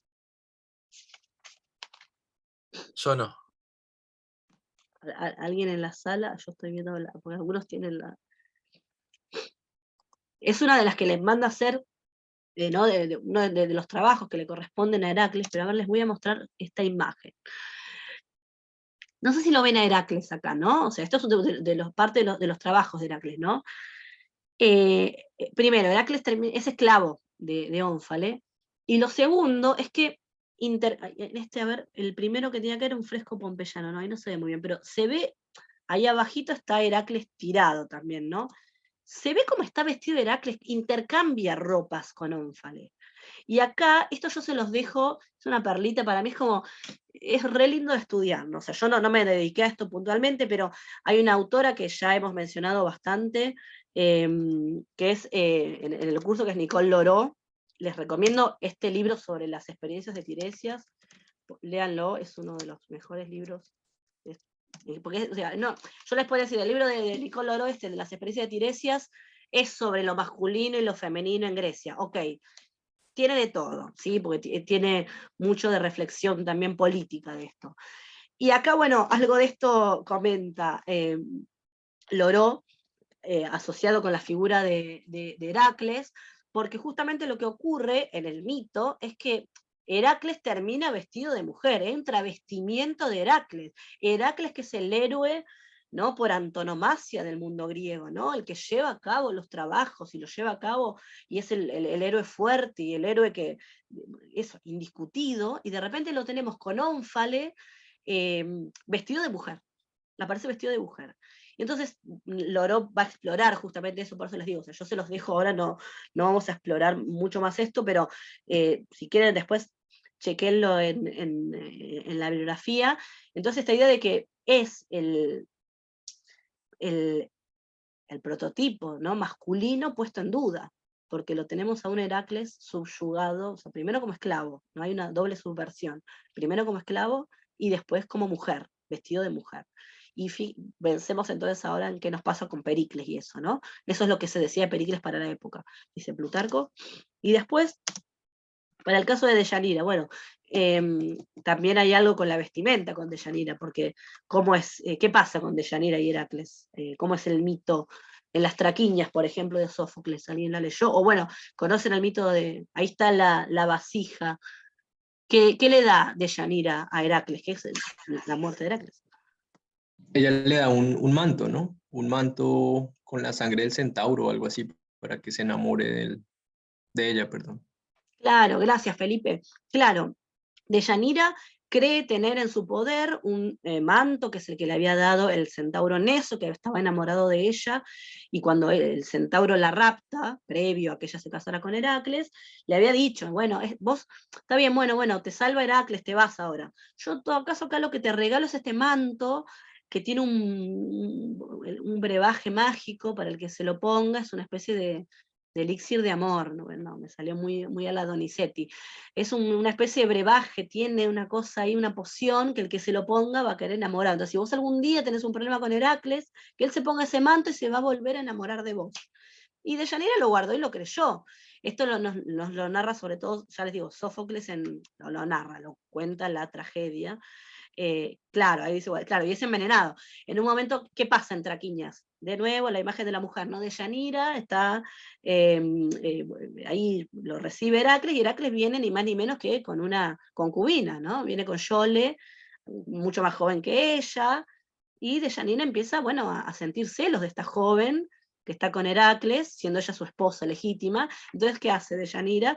Ah, yo tenía mi capa del centauro en eso, que le iba a volver a infundir amor, y lo mata, se lo mata, y así termina la tragedia, ¿no? O sea, después ella se suicida, pero digamos, ella creyendo que le estaba poniendo entonces este, eh, este manto que lo iba que lo iba a recuperar, no sucede ahí eso. Entonces, de nuevo, Loró también habla de esto, de la cuestión de lo erótico como algo pareciera prohibido para la mujer, porque la esposa legítima quiere que digamos, reconquistar a su esposo de este modo, y pareciera como que no es lícito no sucede, porque termina matándolo, ¿no? Pero de nuevo, fíjense entonces esta idea de, o sea, ¿qué es Aspasia? La que lo esclaviza a Pericles, la que lo termina matando en un punto, o sea, suponemos que habla de ello metafóricamente. Esto acuérdense que es lo que dice Plutarco, que dice la comedia de la época. Y por último que era la esposa de Zeus, que bueno, ya sabemos que su rol es el de, bueno, no, pobre, no es ese su rol, pero sí es el que trasciende, por ejemplo, para el caso del discurso cómico, que es el de, bueno, verse todo el tiempo en la situación de ser engañada, y entonces tener la necesidad de estar todo el tiempo atrás de Zeus, ¿no? Bueno, le pasa con Heracles también, ¿no? Con Alcmena y Heracles, está siempre atrás de Zeus, y es una pesada, una hincha, todas cosas que hoy día las leemos y es como, ¿no? Quedan tan raras. Bueno, pero esto es parte del mito, y esto es lo que entonces refiere Plutarco, que se dice de lo de las pócimas y trucos para amarrar a alguien es algo viejo, dice. Claro, sí, claro. Yo insisto, a mí digamos, eso es parte del mito, que son interesantes. Yo creo que después de todo esto se puede dar esta vuelta de tuerca que yo les digo, como la que da Loró, que ella lo que plantea es justamente lo de lo femenino como una amenaza a lo masculino. Y yo se los dejo como lectura de Aspasia también, ¿no? El hombre griego, y sobre todo el hombre griego ateniense, se ve amenazado constantemente por el poder femenino. Esa sería una lectura. Y yo creo esto también respecto a Aspasia, que un poco lo sugeríamos también. Una mujer que no puede, o sea, que no se entiende en las coordenadas propias del pueblo ateniense, y que entonces, bueno, surgen todas estas consideraciones, ¿sí? Ya les digo, yo no voy a profundizar en esto, pero bueno, les dejo recomendada la bibliografía. Y después, bueno, ya yendo hacia el final, yo voy a tratar de terminar un poco antes, porque además no sé si estoy todavía ahí más o menos. El tema de los juicios, que algo ya fui adelantando, ¿no? Fidias, Anaxágoras, Aspasia, son robos que robos, son juicios que algunos aparece como la figura del robo, pero la figura que mayormente, o sea, la figura del robo en el caso de Fidias, ¿no? Como esta idea de malversación de fondos públicos sería básicamente nuestra figura, ¿no? Pero el término que más aparece para estos juicios es el de la asebeia, que es el juicio por impiedad. El término griego es asebeia. Y acá ya les digo, o sea, hay muchas dudas respecto de cuánto esto haya podido, digamos, ser efectivamente parte de un juicio. Es lo mismo que le pasa bueno, ¿a qué figura importante de la historia lo culpan por asebeia? Sócrates, ¿verdad? Sócrates, claro, Sócrates. Y de nuevo, o sea, ¿cuántas dudas tenemos respecto también de la figura de Sócrates, donde una gran parte de lo que sabemos de Sócrates, o sea, o de lo que se puede reconstruir respecto de cómo era esta asebeia de Sócrates, es lo que nos dice Aristófanes, que nos hace una caricatura también de Sócrates, ¿no? O sea, entonces, acá la duda que se tiene es justamente la de hasta qué punto hasta qué punto se podía probar la asebeia. ¿Cómo se prueba la impiedad, ¿no? Entonces, para el caso de Anaxágoras, nosotros ya lo vimos cuando hace 2 semanas, bueno, en realidad la que fue la última clase, habíamos comentado para Anaxágoras que era bueno, en tanto que entonces él les planteaba este nuevo mundo de los fenómenos naturales basados en lo científico, tenía, ¿no? O sea, corría el riesgo de ser acusado de asevia porque pareciera ser algo en contra de la divinidad. Vimos muy claramente que Plutarco nos dice, no, no, todo lo contrario. O sea, están los dioses y hay cosas que hay que explicarse por medio de la ciencia. Y Plutarco además lo que dice, es algo que ya venimos sugiriendo, porque acá los defiende a todos, es, esto les pasa por la envidia, ¿no? Porque son, en esta idea, esto lo mencionamos también en esa clase, es el famoso círculo de Pericles. El hombre poderoso rodeado de gente importante, de la ciencia, de las artes, de la cultura, ¿no? Entonces, en la medida en la que están cerca de los poderosos van a recibir esa misma envidia que recibe el poderoso. Pero bueno, no son ellos mismos el poderoso, ¿no? Entonces, del juicio a Aspasia, ya les digo, es dudoso y probablemente sea más que nada algo que haya circulado a partir de una fuente cómica y que aparece, vuelve a aparecer, pero no más que eso. Y después lo otro es que dice Plutarco que Pericles, para contrarrestar entonces el efecto negativo de estos juicios, se le ocurre, bueno, hagamos una guerra. O sea, díganme si esto no tiene una actualidad, digo, no solo de ahora, digo, de cuántas veces en la historia uno ha escuchado que se desatan guerras para tapar otra cosa, ¿no? Entonces, Plutarco lo dice expresamente. Pericles, para, bueno, que se vayan disipando todas estas, que él por supuesto considera calumnias e injurias, bueno, se le ocurre, bueno, a ver dónde podemos, bueno, hagamos una guerra contra Esparta, ¿no? Y ahí también se puede, o sea, esto es por lo menos, esta es la parte del Plutarco historiador, nos lo dice desde el punto de vista histórico. Para él esto sucede así, no tenemos nada de esto en Tucídides, por ejemplo, ¿no? Y les comento también, porque esto es importante, yo las cosas como que fui diciendo a lo largo del curso trato como de ir retomándolas. Acuérdense cuando hicimos, digamos, esa comparación, hicimos no, leímos la comparatio, la síncrisis con Fabio Máximo, habíamos comentado que muchas de las partes de una biografía hay que verlas en función de la paralela. Nosotros por cuestiones de tiempo no nos podemos detener tanto en eso para el caso de Pericles, pero esto sería un caso. Fabio Máximo efectivamente recibe la posición de Roma más de una vez, ¿no? Entonces, algunos lo que proponen es pensar hasta qué punto también todo este pasaje de los juicios, y de que es como este Pericles como más venido a menos, y como se le viene toda la oposición en contra, no está redactado como para ser como la contracara de lo que le sucede a Fabio Máximo, que efectivamente sí recibe la oposición de Roma, ¿sí? Esto para pensarlo no tengo una respuesta, ¿sí? O sea, son las cosas que quedan abiertas, pero porque son elementos que están en el texto, ¿no? Bien, ahora vamos a la guerra del Peloponeso, mirad un segundito.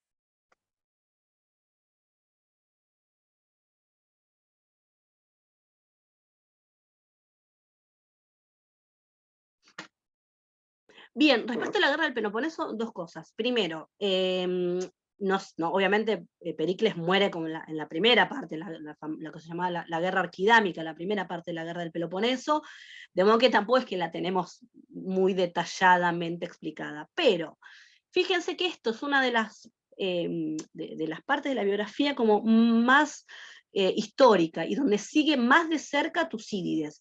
Y esto se los comento porque en la primera o segunda clase, cuando hicimos la introducción a la obra biográfica de Plutarco, habíamos leído los prólogos de Plutarco, y yo les había dicho que en general uno puede leer a los prólogos de diferentes biografías como un programa general de toda la obra biográfica. Habíamos dicho que en el prólogo de Alejandro Magno, donde claramente Plutarco dice, no escribimos por él, no escribo historias, sino vidas, para reflejar el carácter de los hombres, y que tiene que ser disculpado por no meterse en los hechos de la historia grande. Y dice justamente que va a evitar hablar de batallas, por ejemplo, ¿no? Y esto es uno de los casos en los que esto no se cumple, porque acá sigue bastante a Tucídides. Cuando digo sigue bastante, a cada rato lo traiciona, pero sigue muy de cerca el texto de Tucídides, que es bien histórico, y va a dar varios detalles de esta guerra. Entonces, esto se los comento para ver también, poner a prueba esto que yo les decía de la visión programática. Mi postura respecto de esto es que no puede hacer biografía de personajes históricos sin hacer historia, punto. Es un poco digamos, yo también cuando les cuento de Pericles, bueno, pero para hablar de Pericles pues, tenemos que hablar de todas estas otras cosas, entonces no puede, y en todo caso eso sí hay que tenerlo en cuenta como que, digamos, Plutarco es, digamos, primo hermano de la historia, es biógrafo, pero es primo hermano de la historia, de la biografía. Bien, entonces, resumo básicamente de qué va a hablar en esta parte. De la invasión del Ática, de Arquidamo, ahí les pongo los lugares, ¿no? O sea, los primeros focos son estos, ¿no? El campamento espartano que lo tienen ahí, ahí en Acarnas, como quieran llamarlo. Les pongo ahí. Y fíjense dónde está Atenas. Esto es lo que indigna a los atenienses, ¿no? Que tienen, y esto está en Tucídides también. Yo acá no lo digo, pero fíjense que en la diapositiva les pongo los pasajes donde están en Tucídides para que vean que esto lo está siguiendo bien de cerca de Tucídides. Entonces, ¿cuál es el problema? Antes, bueno, estaban en el Eleusis, los espartanos, pero cada vez se van acercando más a Atenas, y entonces lo que dice Tucídides, que es lo mismo que dice Plutarco, es, bueno, los atenienses están indignados, o sea, Pericles no está haciendo nada ante esto, porque la estrategia de Pericles es justamente esa, de no combatir por tierra, o sea, porque sabe que pierden, porque los persas, bueno, ya los griegos ya lo saben esto, los conocen, ¿no? Vienen los persas que son muchos, y como sea, te ganan. Por tierra te ganan. Entonces, Pericles no quiere combatir por tierra, esa es su estrategia. Pero esto es lo que va a empezar a indignar a la población, y acá es donde toma medio como estas decisiones, ¿no? O sea, no, aparece acá comparado con el piloto de la nave, o sea, no convoca a la asamblea, y dice, fíjense que acá yo retomo porque ya estamos llegando más al final de la biografía, resiste con mansedumbre y en silencio. El término griego para mansedumbre es praos. Praos, se los pongo también acá porque yo después me di cuenta que pongo mucho griego, pero por ahí no todos saben griego. Praotes, no, protes no, perdón, praotes. Praotes es el sustantivo, praotes es la mansedumbre, praos es el manso, o sea, Pericles manso. Habíamos dicho que esta era como una de las características fundamentales de la biografía, ¿no? Y después no tenemos mucho tiempo más, porque inmediatamente se desata la plaga, ¿no? La plaga del 430, que se va a llevar la vida de Pericles, ¿no? Ese, el pasaje famoso de Tucídides en el libro 2, 47-54, de lo que Plutarco de todas formas no refiere nada, ¿no? Dice que viene una peste, pero es muy curioso eso, porque Pericles tiene tal vez uno de los pasajes más, no sé, importantes de descripción de una plaga en la antigüedad, la tenemos ahí, ¿no? Que supongo que entre 20 y 20 lo hemos reflotado una y otra vez a Tucídides y este pasaje, ¿no? Yo misma, confieso, yo misma, ¿no? Pero es curioso que Plutarco no menciona nada de este pasaje. Dice, bueno, viene una peste, ¿no? Comenta un poco, sí, que es algo que hace Tucídides, pero yo creo que ahí lo que le pasa a Plutarco es algo que él dice en la biografía de Nixias, que no me acuerdo si lo leímos en el prólogo, que es que Plutarco más o menos dice algo así, lo estoy parafraseando, pero es como, yo no puedo ser tan tonto de querer copiar a Tucídides, porque no puede ganarle a Tucídides, porque entonces esto que hizo Tucídides cuando describió la plaga, no, yo creo que lo que le pasa a Plutarco es que no lo puede igualar, porque es maravilloso lo que escribió Tucídides. Entonces, lo que hace Plutarco es que lo resuelve en una línea, bueno, comenta los efectos físicos y morales de la peste, que para mí es el gran logro de Tucídides, ¿no? Tucídides se repone al Tucídides historiador fáctico, y tiene una descripción, digamos, que va más allá de lo meramente histórico, y ahí entonces aparece tasómata, cacúmenoi, kai, tas psychas, o sea, tasómata, los cuerpos, y tas psychas, las almas, cacúmenoi, ¿no? Están mal, están enfermos, ¿no? Los ciudadanos están enfermos tanto en el cuerpo como en las almas. Dice esto cuando Pericles despachó esto en varios parágrafos, ¿no? Aparece obviamente la imagen de Pericles médico, ¿no? Y atroz, Pericles médico, obviamente, ¿dónde iba a aparecer si no acá? Y solo lo comento, ahora no me voy a poder extender en esto, pero lo que Tucídides aparece como dos hechos históricos distintos, que es Potidea y Epidauro, o sea, dos asedios distintos. Acá Plutarco lo condensa en uno, o sea, que es Epidauro. Él comenta, se narra el asedio de Epidauro, pero no el de Potidea, por ejemplo, ¿no? Entonces esto para pensar también la narrativa de Plutarco. No puede seguir a Tucídides al pie de la letra, porque si no, no llega, no tiene espacio. Y después llegamos ya a esto que sí está en Tucídides, en 265, que es la destitución de Tucídides como estratego, Acá les comento por si les sirve como para la reposición más de tipo contextual. Existe el procedimiento, sí, por llamarlo de algún modo, de la epigeirotonía. Ahí tienen en epigeirotonía, que acá ya me avivé, lo puse aunque sea transliterado y los puse también en griego. Ahí tienen la raíz de geir, que es mano, ¿no? En griego, ahí les pongo en el chat, geir, es mano. Entonces, el procedimiento de la epigeirotonía es el voto, a mano alzada, de la conducta satisfactoria de los generales o de los magistrados. Se supone, o tenemos que reponer, que el caso que sucede acá de la destitución de Pericles es el de la apogeirotonía, o sea, el contrario, es el juicio ante una conducta insatisfactoria, ¿no? Y ahí fíjense entonces que, bueno, lo menciona en el capítulo 37, se restituye a Pericles como se destituye a Pericles, y en el 37 se lo restituye, ¿sí? Esto, como para tener visto esto que hay que ver hasta qué punto históricamente parece como esto, si fuera el declive de Pericles, y yo no estoy tan segura, o sea, yo creo que es más como la forma en la que Plutarco nos lo viene construyendo, como bueno, porque al final después se lo restituye, entonces, ¿qué pasa ahí? Esto, si lo quieren comparar, lo pueden comparar con Fabio Máximo también, a quien también se restituye, pero yo creo que acá hay bastante esto, de construcción literaria, que llegamos hacia el final de la biografía y todo parece decaer. Y me parece que es más bien Plutarco condensando un montón de hechos negativos de Pericles como para, bueno, ya estamos en el final, estamos en una decadencia. Después, bueno, aparecen todos estos problemas familiares, ¿no? En el capítulo 36, el conflicto con el hijo, la muerte de la hermana, la muerte de los hijos, ahí se menciona sobre todo la muerte de Páralo, que como lo devasta por completo. Después muertes de amigos y familiares. Ven como las fechas no son todas iguales, no están tan cerca, y acá pareciera esto que les digo también, como que en esta idea más similar a la narración suetoniana, perspicies, o sea, como si por temática, bueno, ensambla todos los problemas familiares juntos en este capítulo.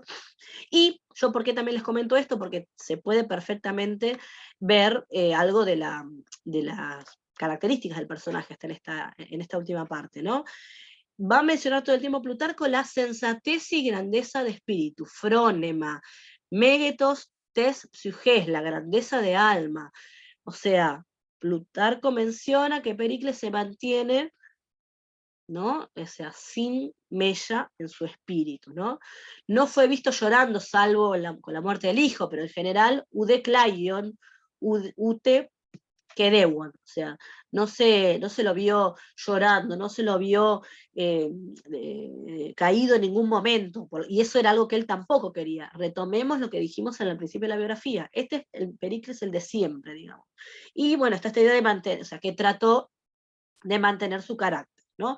Y esto también, pensémoslo en relación con Fabio Máximo, porque todas estas desgracias familiares, etcétera, y sobre todo la muerte del hijo, también aparece la muerte del hijo en Fabio Máximo, y de nuevo, yo no sé acá si no hay como un énfasis en todo esto para hacerlo paralelo a Fabio Máximo, ¿sí? Y por ahí Plutarco está como agrandando un hecho para que sea como comparado con el de Fabio Máximo, que en la biografía de Máximo es el capítulo 24. Y bueno, la muerte de Pericles en el capítulo 38, primero dice, bueno, esto es una enfermedad lenta que minó su alma, es la peste, ¿no? La plaga de Atenas, la queda ahí, con la plaga, ¿no? Después está esta famosa anécdota del amuleto que dice Plutarco que él la encuentra en Teofrasto, que es que Pericles está en cama y unas mujeres, creo que son, que se le acercan y le preguntan, bueno, ¿cómo estás? Y él lo que hace únicamente es mostrar un amuleto, y esto es algo también muy típico de la biografía, que una anécdota vale más que cualquier otra cosa. Con mostrar el amuleto, lo que estamos diciendo es, miren, a qué punto llegué, sí, a las mujeres, esto le llego. A qué punto llegué, que yo que no creía en estas cosas, termino creyendo en una piedrita que tengo acá, como que esto, ¿no? O sea, pero nada, yo estoy poniendo en palabras lo que no se dice, ¿no? en la biografía. Él solo muestra el amuleto, y después se dice que ya estaban todos ahí, bueno, medio como en esta escena, ¿no? Todos alrededor, medio hablando de él y de lo que hizo, lo que no hizo, y pareciera que él ya estaba como ido, como que bueno, esto que ya su alma se la veía minada, ¿no? Su carácter. Y sin embargo, él en un momento está escuchando como a todos estos y habla y dice, bueno, la tercera, el tercer rectángulo, ¿no? Ningún ateniense se puso por culpa mía un manto negro. Entonces, no estaba tan ido, sino que llega como a decir hasta sus últimas palabras, prácticamente podríamos decir que son estas sus últimas palabras, en relación con su propia labor de gobierno, y preciando su labor de gobierno. Ustedes saben que además la literatura funeraria, me refiero ahora de manera general a las narraciones de muertes, le otorga muchísimo valor a los momentos finales de la vida de los personajes como cifra de la vida. Y las palabras finales también son como algo de lo más importante. Esto en Suetonio también lo pueden chequear, pueden ver, por ejemplo, una de las escenas como más típicas es la muerte de Augusto, por ejemplo. Les recomiendo leer la muerte de Augusto en Suetonio. Y hay algo que se puede también indagar es en esto, ¿no? En la forma en la que los historiadores pareciera que tratan de estilizar estos relatos de muerte, en la medida en la que los personajes les caigan bien, por supuesto, como para dejarnos la imagen, ¿no? de ese personaje lo mejor parada posible, porque para la antigüedad esto que les digo, ¿no? Como que la forma en la que uno muere es la forma en la que uno ha vivido. Se suicidan mucho estas personas antiguas, ¿no? También los que mueren en batalla. Y fíjense que Pericles no muere en batalla, ¿no? Pericles muere en la comodidad de su casa, que el ideal típico del griego antiguo es el ideal homérico, ¿no? Para esta gente, ¿no? Morir en batalla. Entonces Pericles es lo mismo que pasa con Augusto, por eso lo comento. No mueren en batalla. Entonces, bueno, tiene que aparecer la forma de agrandar estas figuras de otro modo, porque no es una muerte valerosa, heroica, mueren enfermos, ¿sí? Bueno, nada, yo he trabajado bastante con estas cuestiones, así que no los quiero aburrir y me freno ahora. Retomo, Praotes Dikaiosune. Praotes lo escribí antes, Dikaiosune no es esta idea de la justicia. Acá está lo estoy escribiendo en el chat. Dikaiosune, por las dudas para el que no sepa griego, Dikaiosune. Esta idea de que, bueno, ningún ateniense se puso por culpa mía del manto negro, es parte de esa Dikaiosune, ¿no? de esa justicia. Y después está la valoración final, que aparece ahí, lo de Saumastos un Juaner, un monon tesipeikeias, kai praótetos, ¿no? Ahí aparece de nuevo lo de la equidad y la mansedumbre. Epeikeias sería la equidad, y praótetos, o bueno, praotes, sin declinar, la mansedumbre. Entonces, bueno, esto ya les digo, o sea, yo creo que acá hay algo de, bueno, acá es el mismo texto, de claramente elogioso por parte de Plutarco, y cierro con algunas conclusiones de muchas de las cosas que hemos visto de la biografía. Yo creo que podemos llegar a la conclusión de que es un relato positivo, pero no encomiástico, que está plagado de tópicos, tanto biográficos como de la tradición literaria.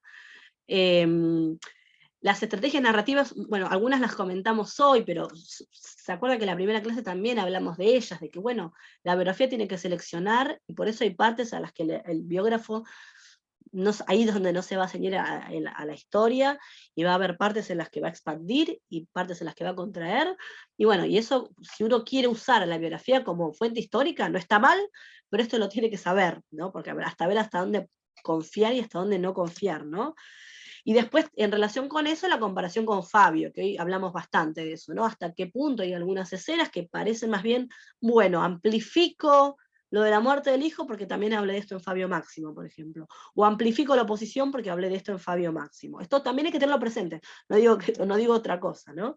El método historiográfico de Plutarco es el de buscar la mayor cantidad de fuentes, y esto él lo hace, o sea, él en este punto es historiador, o sea, Platón, Tucídides, la comedia yo acá no quiero adelantar porque, bueno, justo estoy por sacar un libro sobre estas cuestiones de la comedia, y como no quiero deschavar mis hipótesis, pero esta no es mi hipótesis, esta es una, que es la de la comedia. Por más que Plutarco no le guste, que sea tan ofensiva la comedia para estos personajes, la comedia le permite darnos una idea de lo que se decía en época de Pericles. Y eso es un valor, que es lo que yo les decía.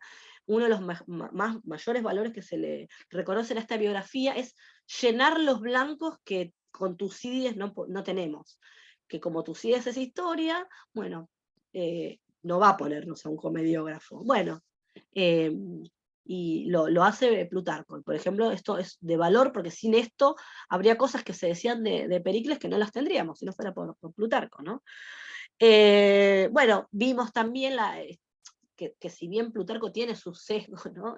Contextual, pintan bastante bien este panorama de las tensiones de la democracia ateniense entre las masas y digamos, las tendencias más de tipo oligárquico. Él sabemos para qué lado tiende, pero de todas formas creo que nos cuenta bastante bien de estas tensiones. Bueno, es algo de lo que justamente habíamos escrito con Mariana en el artículo.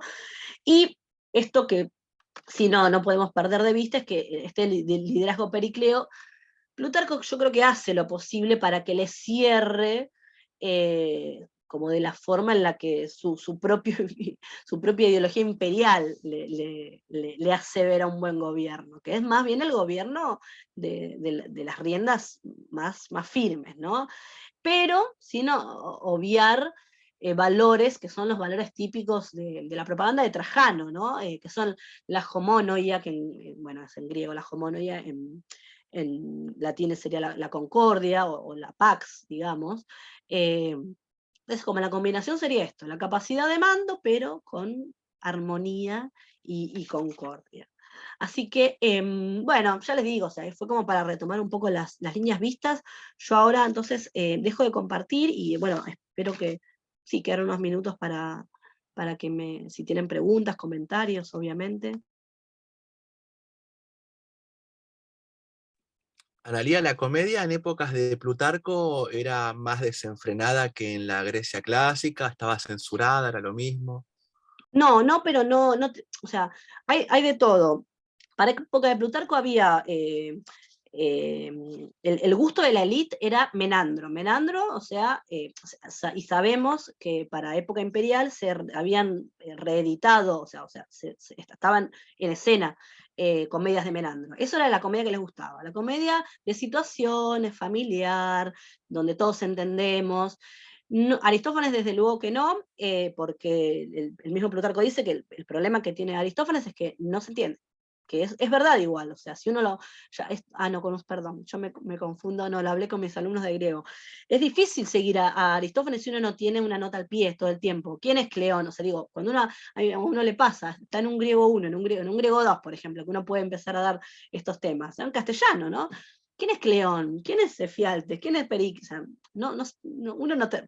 Y por ahí, hasta estos que son los más importantes, otros ni siquiera se conocen, ni siquiera aparecieron en el manual de historia. Entonces digo, estar yendo la nota al pie para Plutarco era aburridísimo eso. Y después la cosa ofensiva.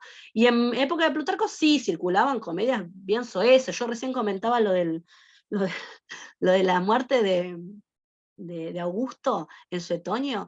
Una de las palabras finales de Augusto, que es, insisto, ¿no? Contemporáneo a Plutarco, es, Augusto le pregunta a la gente que también, ¿no? Él estaba en la casa, en la cama, tranquilo, enfermo, pero y una de sus últimas palabras es, bueno, y díganme cómo representé, díganme si representé bien el mimo de la vida. En latín eso es mimus vitae.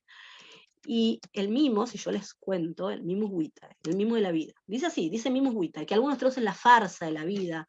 El mimo es de lo más procaz, soez, vulgar, y fíjense qué curioso, en boca de Augusto, que algunos dicen, no, bueno, no quiso decir mimo como el género puntual, pero cuando uno reconstruye qué es el mimo es eso. Entonces digo, existía de todo en épocas de Plutarco, pero Plutarco claramente, y a la élite todo eso no le gustaba. Pero bueno, yo les dejo la anécdota de lo de Augusto porque es curiosa. Tengo algún trabajito de eso, si después les interesa también se los comparto. Ahí estoy como red de compartir un montón de cosas, pero yo como hoy estoy medio así de capa caída. Digo, bueno, después les dejo todo en bibliografía. Pero bueno, cualquier cosa también nos escribimos, ¿no? Pero eso es la comedia en esa época. Y había de todo. Pero no era ni de casualidad esa cosa política de Aristófanes. No. Aparte no la entienden, no les gusta, ¿no? Y en época imperial menos, o sea, que iban a criticar al emperador, no. No era posible, ¿no?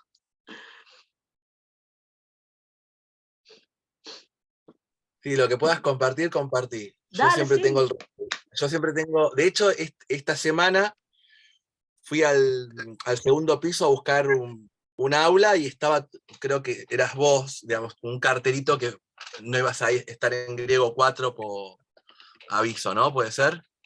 Yo igual esta semana no sé qué pasó en la facultad, pues ni aparecido. No sé si alguien puso mi No, nombre en algún lado, no sé. creo que estabas ahí como ausente con aviso, una cosa así. Sí, porque. Sí. Sí, sí. Y, no, y yo me acuerdo que justamente esto que estabas comentando de Aspasia y el tema de la mujer en Atenas, yo había hecho hace unos años un seminario con una profesora de letras clásicas que era sobre Eurípides. Y era interesante esto de Eurípides como o el primer misógino o el primero que pone en escena a las mujeres. Y bueno, y todas las recomendaciones de bibliografías, Pómero, Loró, Madrito, a mí me partieron la cabeza, la verdad que Sí, súper interesante me pareció. claro, bueno, yo iba a compartir algo de eso también, igual lo subo varias cositas. Sí, con Eurípides es tal cual. El problema que tenemos es que con las mujeres, además, es que solo hombres escriben. Entonces es muy difícil. Con Eurípides ese es el problema. Sí, es el primer defensor de las mujeres, ¿no? Es el primer misógino, podría pensar otro. Con Aristófanes mismo, que tiene esas comedias tan de visibilizar a las mujeres. Las asambleístas, por ejemplo. Son fenomenales esas mujeres que toman el poder y están en una especie de comunismo, ¿no? Por anticipado, donde se comparten los bienes, bueno, Lisístrata también, pero digo, las mujeres son políticas, por ejemplo. Lisístrata es, bueno, la huelga de sexo, pero la verdad que sí, ahora, es una utopía, es todo en el chiste, o sea, en realidad yo creo que en el contexto parece más bien lo contrario, parece, jajaja, esto no va a suceder nunca, jajaja. No sé, esa es mi visión de eso. Es como, bueno, lo dejo acá, pero esto no va a suceder nunca, no existe. Pero sí, pero el problema que tenemos es ese, que no tenemos más que hombres. Y bueno, ahí vamos a tener que seguir boyando. Y por suerte, bueno, la bibliografía nos permite esto, como pensar estas cosas, pero desde la modernidad. Otras no nos quedan, sí. Yo tengo en fotocopias, pero lo que puedas subir también de Pómero, el Loró, digamos, Sí, eso. sí, obvio, sí, obvio, sí, ya les digo, o sea, hay cosas que no tengo digitalizadas, pero la mayoría de esas sí están digitalizadas. Sí, yo he dado también hace muchos años cursos sobre la mujer en Grecia, en Roma, son temas que ayudan, además, porque uno le permiten también como ver cosas de hoy en día. Sí. Bueno, ay, no me preguntas, bueno, ay, qué clara que fui. Hoy estoy re para atrás. Bueno, si no, No, comentar. profe, Sí, sí. No, precisamente eso, o sea, el curso ha estado muy claro en lo particular, o sea, voy a decir estas cosas, a mí me ha gustado bastante y me ha parecido interesante porque yo particularmente estoy en pañales en estas cosas, entonces como que, mira, estoy haciendo esta introducción, estas cosas me están dando algunas herramientas como para meterme en ese mundo de lleno. Y por otro lado, también agradecerle el curso y también agradecer que usted sube las clases de griego que usted imparte a YouTube. Es algo que yo estoy tomando y que he seguido y que ahora como usted está poniendo en el curso, como puso en el curso pequeños textos en griego y poder leerlos y entenderlos, para mí ha sido qué bueno. formidable. Mira, Así que bueno. sí, de verdad que sí. Así que Bueno, muchas me alegro. gracias Me y alegro, me todo bien. alegro. Sí, me alegro. Yo ahí en mi canal sí está todo. Yo subo todo al que le sirve. Yo, por las dudas, ya que los tengo acá, yo les aviso a mí. O sea, el canal mío está siempre pensado dentro de una cursada, o sea, por ejemplo, tengo las clases de griego, pero son para una cursada, hay un montón de cosas que no están, pero si sirve, obviamente, que yo comparto. Y ahí, bueno, estoy viendo, sí, lo de la bibliografía, si yo voy subiendo ahí, y cualquier cosa me escriben, y yo les digo, me estaría bueno que cualquier cosa también tengan de referencia para consulta, así que desde ese punto de vista estaría bueno que siguiéramos en contacto, y acuérdense, yo en la primera clase les había mencionado, el grupo Geleo, digo, cualquier cosa, como estamos en varias redes sociales, que estén atentos, porque la verdad que tratamos de justamente lo de trabajar en grupo, es como para poder aunar como varias propuestas similares y que puedan generar interés y que también nos encuentren en algún lado. Así que por ese lado también les sugiero, si se quieren seguir conectando a esas redes de Geleo, sobre todo, que es como las cosas de extensión. Y efectivamente, bueno, esto es un curso de extensión, entonces es como les decía, o sea, la gracia es esa, que cada uno desde donde esté, desde lo que esté estudiando, le pueda servir. Así que por eso también es la intención de compartir la bibliografía. Así que, bueno, creo que, bueno, claro, sigan leyendo Plutarco. Y una cosa, José, yo de Temístocles y Pericles, mira, yo no te encuentro la relación, ¿eh? Después me voy a fijar porque quería hacerlo esta semana y bueno, no existí, pero después me voy a fijar porque, bueno, yo obviamente trabajé con la biografía de Temístocles, pero en Plutarco, por ejemplo, no le termino de encontrar como relación. Me interesó porque me quedé como con la duda y digo, ¿qué pasó acá? Así que después igual voy a revisar algo más. Sí. En realidad yo tampoco encontré, pero ¿qué pasa? Yo me había quedado anclado, no sé si quienes están presentes tienen, hay un canal de YouTube que suben digamos, los seminarios que dan en la Fundación Juan March en Sí, España. sí. Y justamente, una que creo que es el 2018, me parece, que justamente hizo una especie de unión, y yo después busqué y no encontré nada.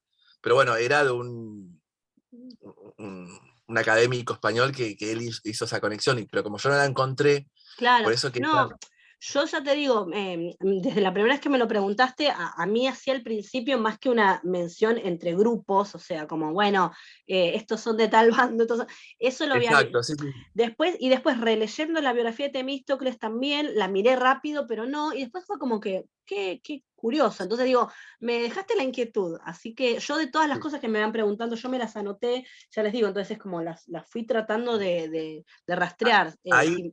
Ahí Walter Leal pregunta por si es de García Gual. No es de él, pero después te voy a mandar el link por mail, por si lo querés compartir. Sí. Pero justamente, después yo busqué y no encontré. Me fijé en Google Scholar, me metí en todos lados y no encontré.